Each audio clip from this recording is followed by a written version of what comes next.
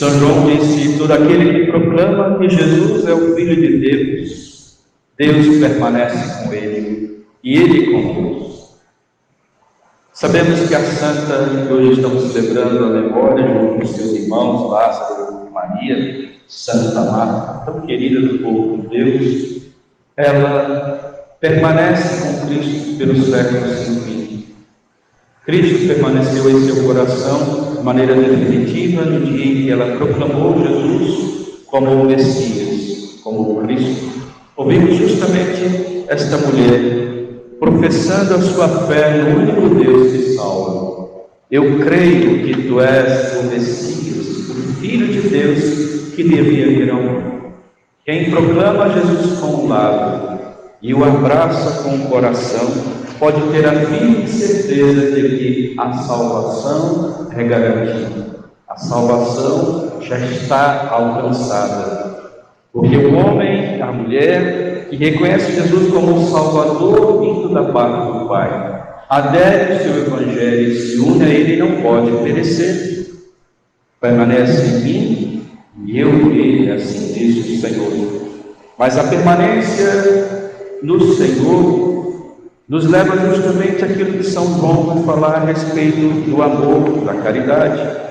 Sabemos que a casa de Betânia era a extensão da casa de Nazaré. Era a segunda casa de Jesus, lugar mais amoroso que tinha, além do coração da sua própria mãe e do seu pai José. O seu ambiente da casa de Nazaré era justamente a casa dos seus amigos mais íntimos, a quem ele quis confiar riquezas incomensuráveis do seu coração. Naquela casa ele partilhava a sua vida, a sua intimidade, as coisas que ele não falava nem com os apóstolos, nem com os discípulos, as autoridades religiosas da sua época, muito menos com todo aquele povo, aquela multidão que ia ao encontro de Jesus, porque Jesus, alguns por causa dos milagres que ele realizava, porque Jesus podia curar, Jesus podia ressuscitar mortos, fazer os cegos ver, os andarem, transformar pedras em pães, multiplicar o pão, 5 pães e 2 peixes, ou seja, muitas pessoas iam ao encontro do Senhor por causa daquilo que ele fazia, não por aquilo que ele era, o enviado do Pai do Messias. Mas como ele mesmo disse, que Deus Pai prefere revelar esses segredos aos pequeninos e esconde aos sábios e entendidos do mundo, aqueles que buscam talvez as coisas passageiras, até uma saúde física, até mesmo a ressurreição aqui na terra, ela é uma coisa passageira. Sabemos que Lázaro foi ressuscitado depois de 4 dias, já estava fedendo. O Senhor realizou um milagre estupendo, mostrando que Ele de fato é a ressurreição, e a vida Ele fez uma demonstração, deu um sinal para que todos creiam que isso vai acontecer conosco de forma definitiva. Mas Lázaro voltou a morrer. Então tudo que está debaixo desse céu é passageiro, só vai ficar o quê? O amor. Eu disse São Paulo na sua carta aos Coríntios: ainda que eu tivesse o dom de falar línguas dos anjos e dos homens, que eu atirasse meu corpo às chamas, ou que eu distribuísse os meus bens aos pobres. Está vendo que nem distribuir os bens aos pobres é também caridade verdadeira, e muitas pessoas realizam isso como uma dimensão, como hoje se diz, socialista, comunista, marxista, instrumentalizando o pobre e as ações sociais apenas para se promover de forma partidária ou por ideologia. Ou aqueles que realizam caridade, como é no Espiritismo, eles fazem caridade, não é caridade, é filantropia, porque Jesus de fato não está sendo adorado, reconhecido ali. As seitas, maçonaria, eles fazem muita caridade. Isso não é caridade. Filantropia é diferente de caridade. Caridade é ágape em grego, significa aquele que é capaz de dar a vida pelo outro, não comprar o outro com presentes, barganhar com Deus, com a divindade, oferecendo algo a alguém, esperando de receber de Deus em troca alguma coisa, porque numa outra encarnação tem que voltar mais evoluído. Por isso eu tenho que ser bonzinho aqui. Ou nós temos que nos ajudar, autoajudar, no grupo das associações que existem por aí. Não, a gente precisa aprender, nós católicos que estamos aqui ouvindo a palavra de Deus, aprender o que significa caridade. que não é ação social, não é assistencialismo, dar simplesmente uma moedinha a uma pessoa que bate a nossa porta, que vai ali, um morador de rua. Tudo isso faz parte da caridade, mas não é a própria caridade. Ainda que eu distribuísse meus bens aos pobres, se não for por amor, de nada serei. Tudo vai passar. Por hora vejo tudo como que numa penumbra, mas um dia vai passar tudo isso, veremos face a face aquele que é o amor, aquele que de fato é o amor. É viver em comunhão com o próprio amor, que é Cristo Jesus, o próprio amor com a Trindade Santa. Ser cheio do Espírito Santo, que é o amor que procede do Pai e do Filho. E como nós professamos no credo niceno constantinopolitano, que é adorado e glorificado com o Pai, o Pai e o Filho. Este que procede dessas duas pessoas, que foi derramado com profusão no dia do nosso batismo, que nos torna um outro Cristo nessa terra, nos torna um Messias nesse sentido de missão, de ungido, Christos, aquele que traz sobre si a unção que leva a cada um de nós, como levou Cristo, a fazer o bem de forma indistinta, fazer o bem sem querer receber nada em troca, que a mão direita faz, a mão esquerda não deve saber, porque os fariseus, doutores da lei, tocavam a trombeta e contavam a moeda ao pobre, fazia jejum e fazia com cara feia para mostrar que eles eram ascetas, cumpriam todas as regras, mas boa parte deles com certeza não se salvaram, porque a lei pela lei não nos salva, e é por isso que os 10 mandamentos se resumem nos 2 mandamentos, que depois você resumir no mandamento que Jesus dá na última ceia, de ter a Ele como modelo, na forma como Ele se entregou na cruz por amor a nós. É isso que São João está dizendo, que assim é que Deus nos amou. Nisto consiste o amor. Não fomos nós que o amamos, é Ele que tomou a iniciativa. Ele nos amou e nos enviou o seu Filho como vítima de reparação pelos nossos pecados. Pode ser que muitos de nós ainda estejam vivendo no decálogo, para poder fazer a vontade de Deus, não cair no inferno, né? Viver nas proibições. Mas é preciso avançar para as águas mais profundas, aprofundar na vivência da intimidade com Jesus e aprender dele.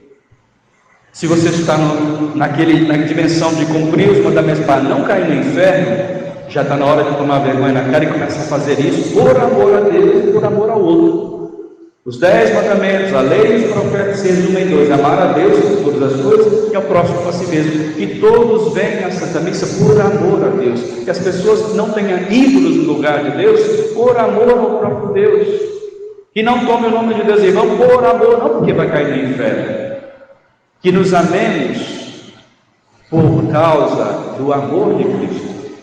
E se você já está nesse degrau de fazer isso, cumprir a lei, aquilo que os profetas disseram, por causa do amor a Deus e do amor ao próximo, está na hora também de tomar vergonha na cara e avançar, porque nós não podemos parar na nossa caminhada cristã de identificação com aquele que é o amor de Deus feito em carne, Jesus de Nazaré. E este último passo da perfeição cristã que os santos conseguiram alcançar, Santa Marta conseguiu alcançar, Santa Maria conseguiu alcançar, São Lázaro conseguiu alcançar, é aquela ordem que o Senhor deu na última ceia: amai-vos uns aos outros como eu vos amei. É por isso que ele vai chamar de mandamento novo. Mandamento novo significa que todos os outros já caducaram, envelheceram, o antigo deu a novo o seu lugar. Então a medida dos verdadeiros santos, dos verdadeiros cristãos, é a medida de Cristo na cruz. A maior demonstração de amor por todos nós, Deus amou o mundo desta forma, caríssimos. Então amemos-nos uns aos outros, porque o amor vem de Deus. Todo aquele que ama nasceu de Deus e conhece a Deus, e quem não ama não chegou a conhecer a Deus, pois Deus é amor. A essência de Deus é amor. Ele é o amor. Por isso tudo vai passar. E São Paulo vai dizer, todas essas coisas vão passar, né? A língua, a profecia, a dom de ciência. Tem pessoas que se apegam aos dons, né? Se acham super-homens, super-mulheres, super-apóstolos, super-ungidos, super-carismáticos, mas não amam. Realizam os ministérios, mas não amam. Até Judas expulsou demônios. Até Judas curou. Judas era um apóstolo, escolhido para ser santo, preferiu o desespero, preferiu vender Jesus por 30 moedas, porque o coração dele era pegado ao dinheiro. Chegou a questionar até o perfume que Santa Maria Madalena quebrou nos pés de Jesus, que era um perfume caríssimo. Não era melhor vender para dar para os pobres? Não é esse discurso que está por aí? É o discurso que tem dentro da igreja, da teologia da libertação. Com desculpa dos pobres, dá o pior para Deus. Mas missas celebradas sem amor, não há respeito pela Eucaristia, mistura religião dentro de um altar sagrado, tudo em vista do pobre, do amor que precisamos acolher todos. Nós precisamos ser tolerantes, porque o amor venceu. Judas é o autor da teologia da libertação, da inversão, do evangelho invertido, que é assim que faz. Por que o evangelho invertido? Que o evangelho é Deus que desce ao homem e revela ao homem a sua vontade. Não é o homem que chega até Deus como na Torre de Babel. Através das nossas ações vamos chegar a Deus. Por isso não importa Jesus de Nazaré, importa é o pobre, porque aí eu vou evangelizar o pobre, aí um dia nós vamos chegar, porque a semente do verbo já está presente em todas as religiões e todas as culturas, não precisamos mais nem anunciar Jesus de Nazaré. Há até quem fala, se atreva a dizer, na Jornada Mundial da Juventude, dizer que a intenção da jornada não é apresentar Jesus, não é converter os muçulmanos, converter ninguém, fazer os católicos, não. A nossa é para a gente se encontrar. Ora, se o evangelho não serve para transformar a vida, arrancar a pessoa das trevas, então para que eu sou um evangelizador? Para que eu sou um apóstolo? Onde fica o mandato do Senhor ir por todo mundo, pregar o evangelho? Ressuscitai os mortos, curai os leprosos, batizar em nome do Pai, do Filho e do Espírito Santo. É batizar, sacramentalizar mesmo. E ainda Jesus acrescenta: quem crer que for batizado será salvo, quem não crer está condenado. Então para que serve a igreja se não é para arrancar a pessoa da condenação? Não é tirá-la das trevas? Porque tem católicos que continuam servindo a 2 ídolos e acho que está tudo tranquilo, e tem em suas casas os seus budas, suas pedras energizadas, olho grego, né? A gente dá a Eucaristia, a gente vê um bocado de mulher pendurada no olho grego, tudo pelado, não tem nem espaço para poder nem ver a pessoa, de tanto olho grego pendurado no pescoço. E ora ainda coloca junto com a medalha de Nossa Senhora, uma cruzinha, acha que é tudo tranquilo. Eu frequento lá Seixonoe, recebe a imposição das mãos de Reiki. Os padres exorcistas falam de quantas pessoas ficam endemoniadas por causa dessas práticas. E não sabe que a pessoa está presa na tristeza, naquela morbidão, aquela sensação mórbida de que parece que a vida não deslancha. O Senhor revelou quem Ele era aos seus pequeninos, porque aqueles que querem entender, reconhecem Jesus como Marta reconheceu: Tu és o Cristo, o Filho de Deus vivo e verdadeiro. Pedro também recebeu as chaves do reino dos céus, porque ele disse: Tu és o Messias, um verdadeiro Salvador, não haverá outro além do Senhor. Pedro, então, é sobre você que eu vou construir a minha igreja. Você pode cuidar da minha igreja, porque você sabe quem é o dono dela. Mas na hora que ele começou a fugir da cruz, uma religião fora da cruz, uma religião que não adora o crucificado, que não reconhece que Cristo nasceu em carne, que o amor se encarnou, afasta de mim, Satanás, tu pensas como homem, não como Deus. Tu és para mim pedra de tropeço, e tem muita pedra de tropeço no reino de Deus. Mas o Senhor está tendo paciência, porque Ele tolera o joio, porque Ele sabe o dia certo de arrancá-lo. Mas você não seja joio. Você seja a pedra de edificação. Você faça da sua vida um trigo, tenha conteúdo dentro de si, não seja como a palha de um joio. Para isso precisa se inteirar com o Senhor, ser íntimo do coração de Jesus, acolher Jesus na tua casa. A Jesus, não é um outro. Não é uma ideologia, uma imagem, uma pálida imagem de uma divindade, não, é o Cristo vivo e verdadeiro. Quem o reconhece e o adere pode ter certeza da salvação, meus irmãos. Foi assim que Deus se manifestou entre nós. Ele enviou o seu Filho único ao mundo para que tenhamos vida por meio dele. Nenhum outro poderá nos salvar, nenhum outro. Caríssimos, se Deus nos amou assim, nós também devemos amar-nos uns aos outros. Ninguém jamais viu a Deus, se nós nos amamos uns aos outros de verdade, e não aqueles afagos como se nós vivêssemos num clube. Deus então permanecerá conosco, e seu amor será plenamente realizado entre nós. E a prova de que permanecemos com Ele, e Ele conosco, é que Ele nos deu o seu Espírito. A alma da nossa alma que nos movimenta na vida divina, e nós vimos e damos testemunho que Deus o Pai enviou o seu Filho como o Salvador, e todo aquele que proclama que Jesus é o Filho de Deus, que não coloca ele abaixo de Maomé, que não coloca ele mais um entre uns Budas, que não coloca ele como uma entidade de Candomblé, o Oxalá, mas quem o reconhece como verdadeiro revelador do Senhor, esse pode ter certeza que será salvo. E nós conhecemos o amor que Deus tem para conosco e acreditamos nele.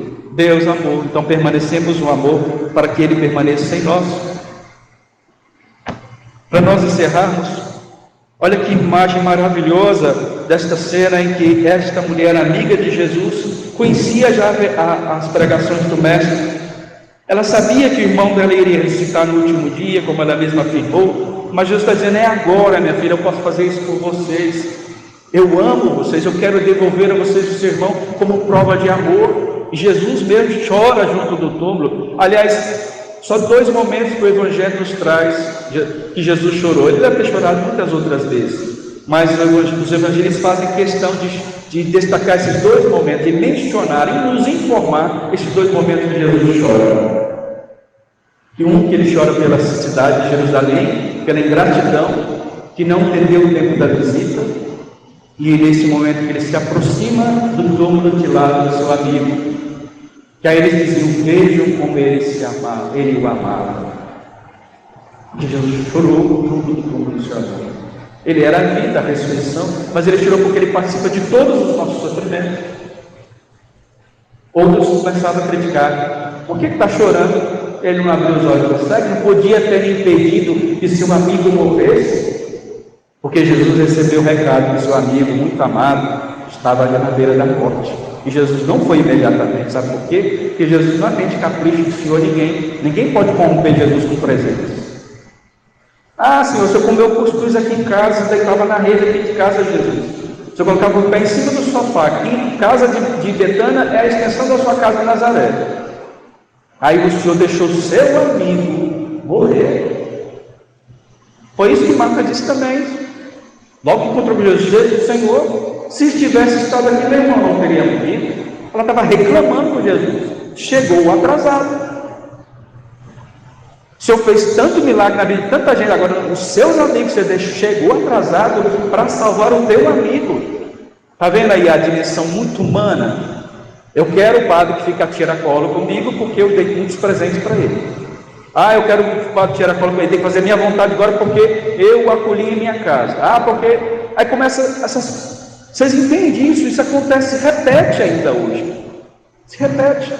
As pessoas não entendem que ninguém pertence a ninguém. Nós pertencemos ao único Senhor, e ao Senhor nós vamos voltar. E devemos voltar totalmente desprendidos de tudo e de todos. Gente, a gente precisa aprender a olhar o essencial, porque tudo vai passar. Por hora fica essas 3 coisas, isso são Paulo: fé, esperança e... Mas a maior delas é o quê? Verdade. Mas quando chegar o dia, nós não vamos mais precisar de fé, porque nossos olhos verão a Deus, o objeto do nosso amor, a razão da nossa existência. Chegará um momento que a gente não vai precisar mais de esperança, porque teremos posse daquilo que o nosso coração tanto anseia. Só vai ficar o que o próprio Deus é. Só restará Deus e nós nele, unido dele, imerso no amor, mergulhado na misericórdia de Deus.